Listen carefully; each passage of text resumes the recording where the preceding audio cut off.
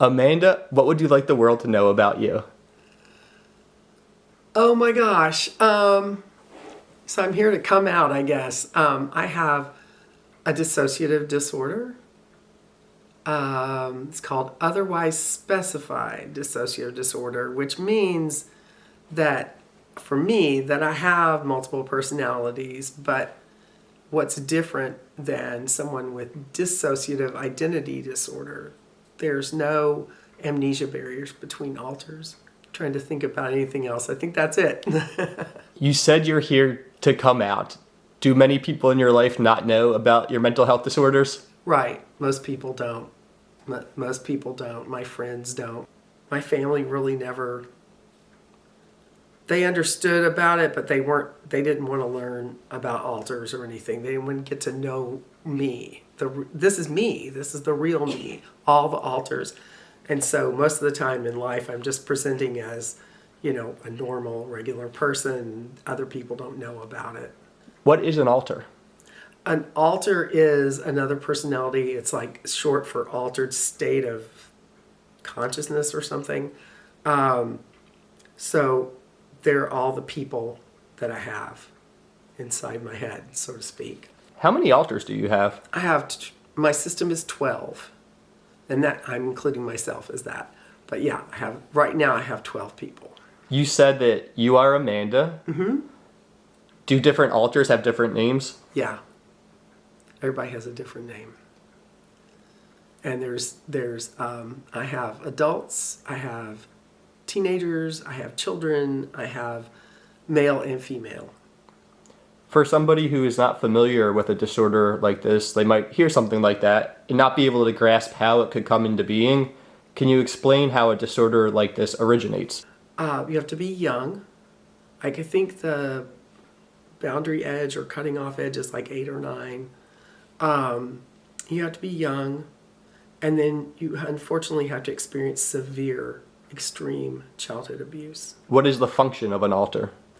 So when you're a small child and these terrible things are happening to you, your mind is like, okay, this isn't happening to me.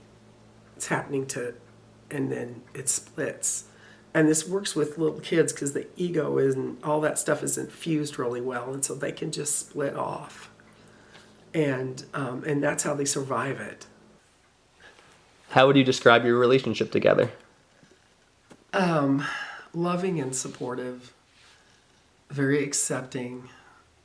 When you marry someone, they aren't necessarily aware of all the things that they have, like the bipolar or the DID or the OSDD.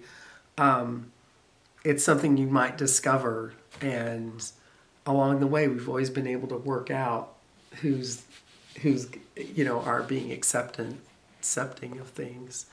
And that takes you a long way. When were you diagnosed with otherwise specified dissociative disorder?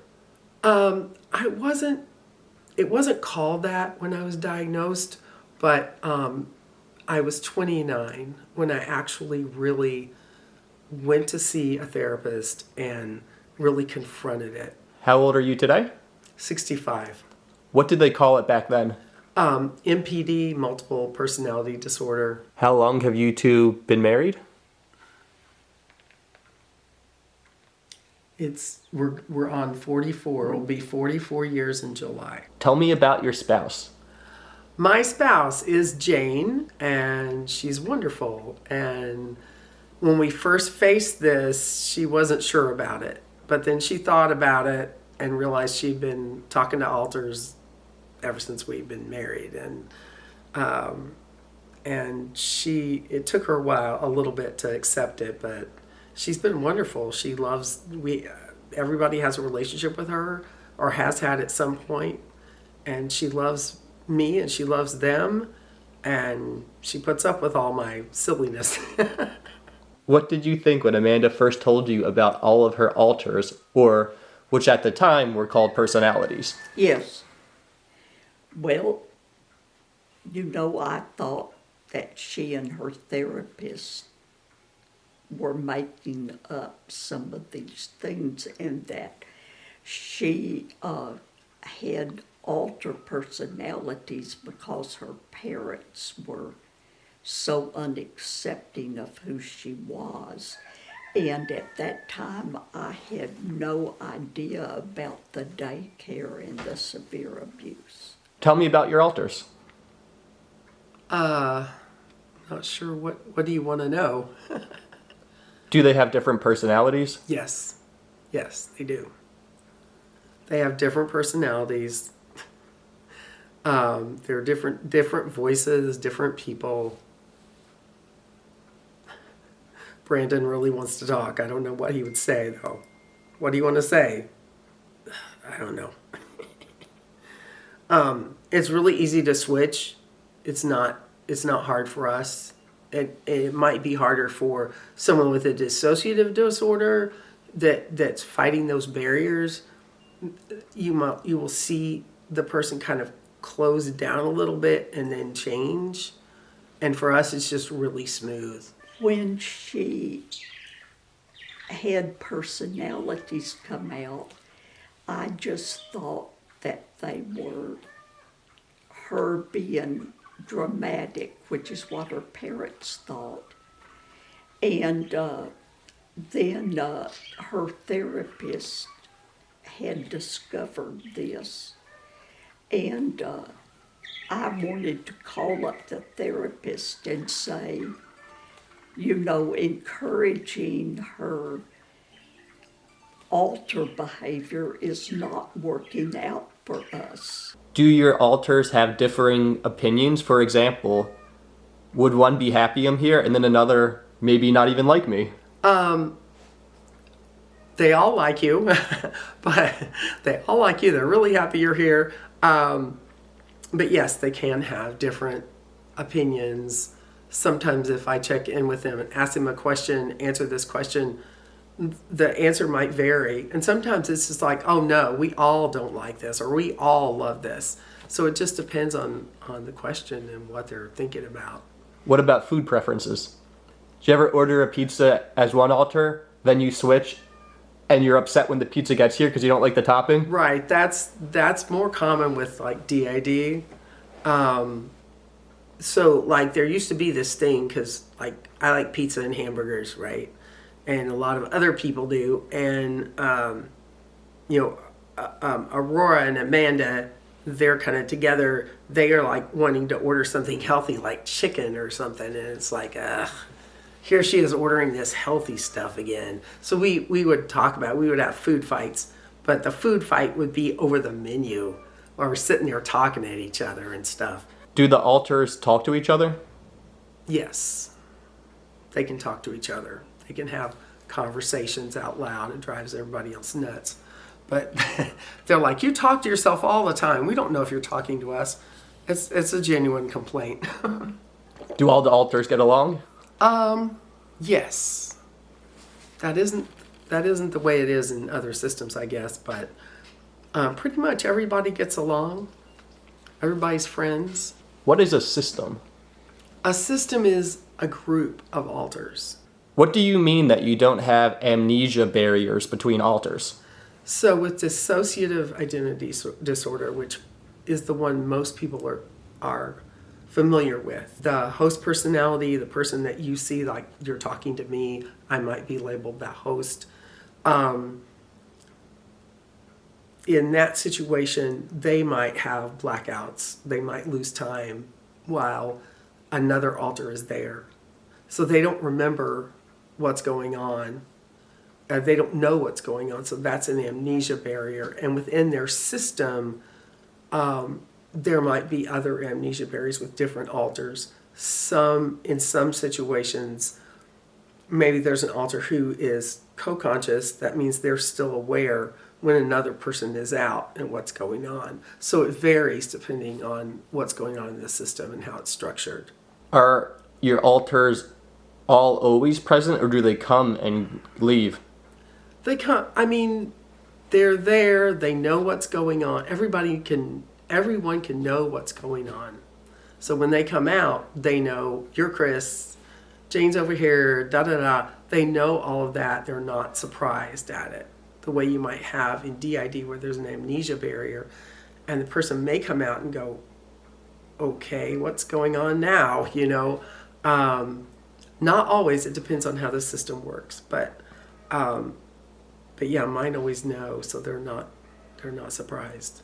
And then I got some books that were better than the movies that were done, and read a doctor's opinions about multiple personality disorder. And I began to realize that it was a real thing. I like to be interviewed. I'm Brandon. Brandon, tell me about yourself. Like, I'm a teenager. I'm 15. I've been 15 for a really long time. I didn't come out that way. When I came out, I was 3. And then I got older, and now I'm just where I am. And I like to cook a lot, run around. I'm grumpy sometimes. I like to think I'm very cool. I'm probably not very cool, but I like to think that. Do you have a different type of relationship with each alter in the system? Yes. Can you describe the differences in the relationship between the alters? Well, of course, they're different ages. There's both female and male, and they all have different ideas and different personalities, so it's more or less like living with a bunch of people, although I love them. Are there any other alters who would like to answer a question? Anybody gonna be brave?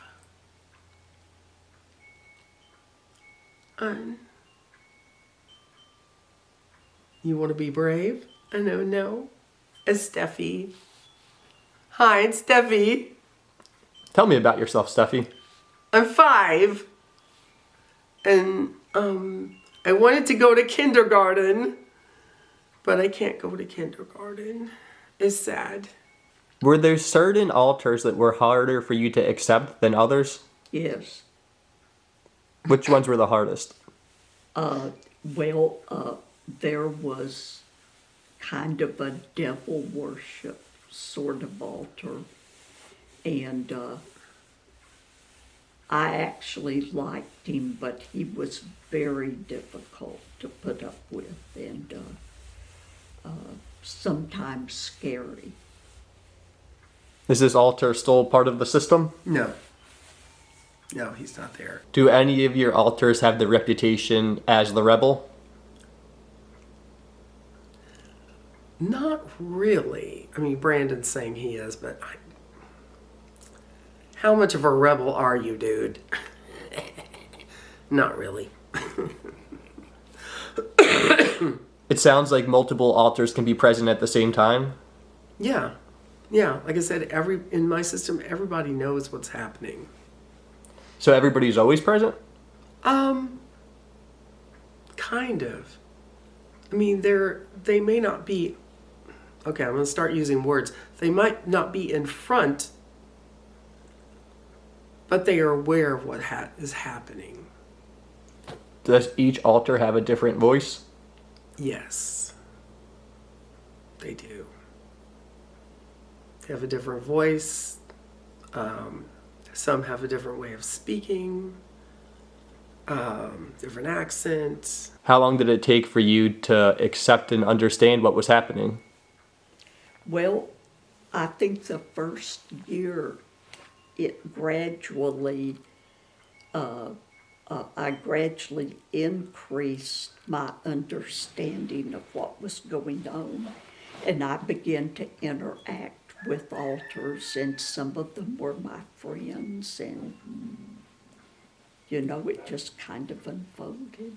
What is it like living in a house with 3 adults where everybody has kind of a unique mental health disorder? It's nuts. It could certainly be that way. Yeah.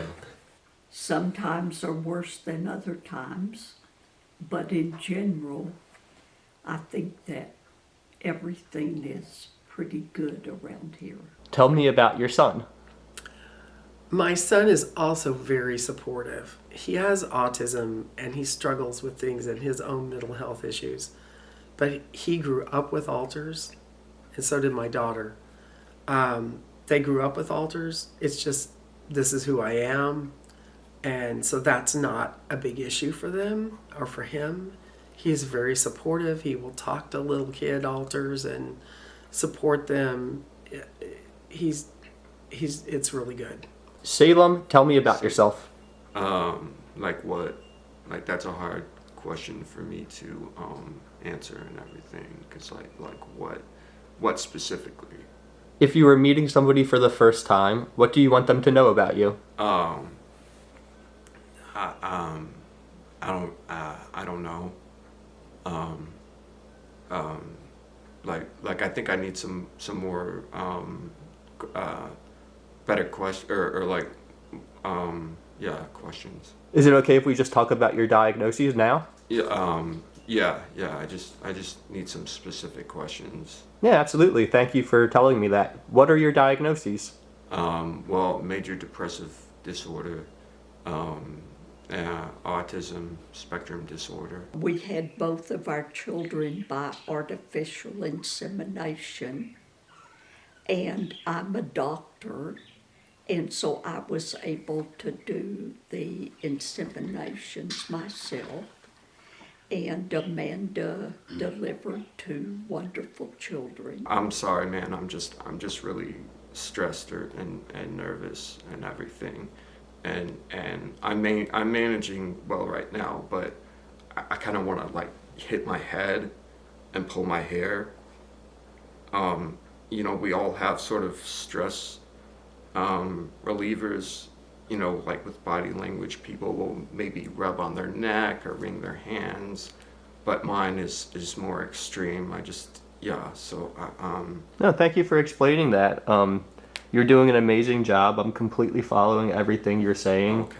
Tell me about when he has trouble regulating. He gets really agitated, and that can be scary because he's taller than we are. And he yells. He'll be yelling and cussing, and it used to be that he would put holes in walls and stuff, and he has not done that for a while.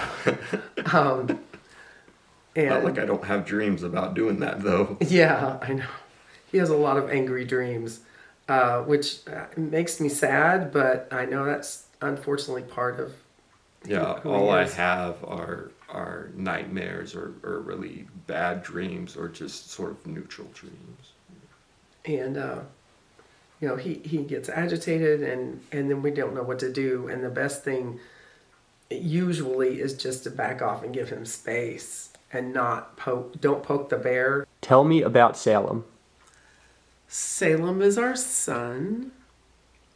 He is still living with us due to his autism and his mental health disorders, which are kind of hard for him to manage, or challenging for him. See, what else can I say about him? He is very supportive of me. He can be supportive of Jane. Yes, he can be, but I It's think rocky. I irritate him. Recently, I've known what to call myself. I'm bipolar. How old were you when you were diagnosed with bipolar disorder? Yeah, I was in my 60s, definitely. It's pretty amazing that you were able to practice medicine and have your own practice while having undiagnosed bipolar disorder. Isn't that amazing? Except in type 2, it's episodic, thank goodness. What does that mean? That means that you may have them intermittently. In some people, it may be over years, so they go undiagnosed. You used the word nuts. What is nuts about it? It's just sometimes, like an alter, Hannah or Stephie, it'll be nighttime and they'll be crying because, I don't want to go to bed. I don't want to do that. And I'm like, we're always trying to console them, and you think you've done it, and then they go back to crying again. or Brandon is always gets flustered with things like making dinner or doing the kitchen or doing this, and you know, sometimes there are, you know, yelling matches and stuff. So it's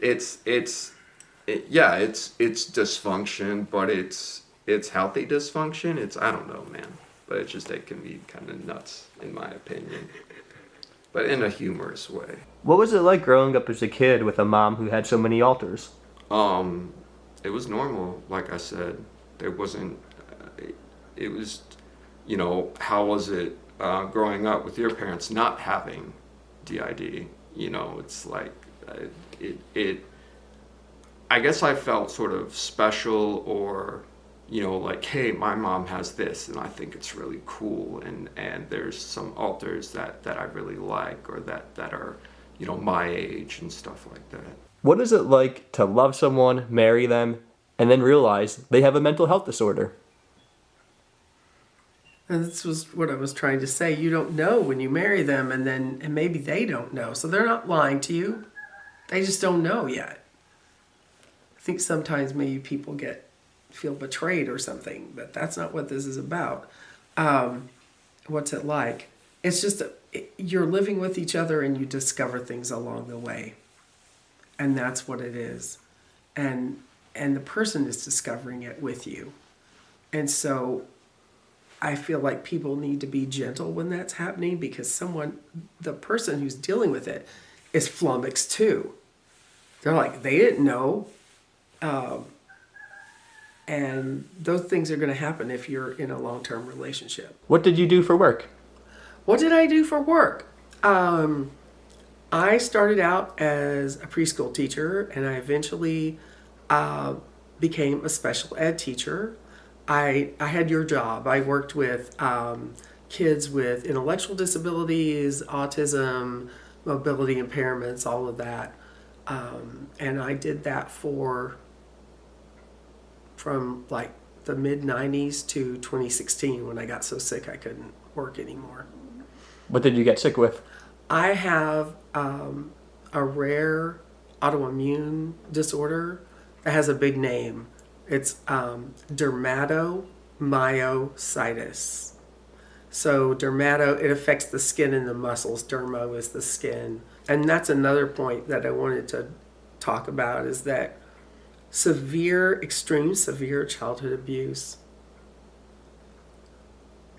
just changes your body and changes things, not just your mind. And so you may develop later these really terrible, life-limiting chronic illnesses. When somebody finishes watching this video, what do you most hope they remember from it?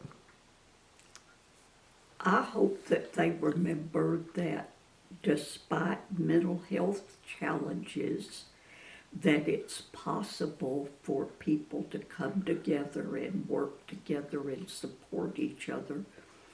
And a lot of times in families, the person with mental health issues kind of gets isolated, or people don't want to pay attention to them even if they have a mental health issue too. And so I think that the important thing is recognizing what the person needs and supporting them.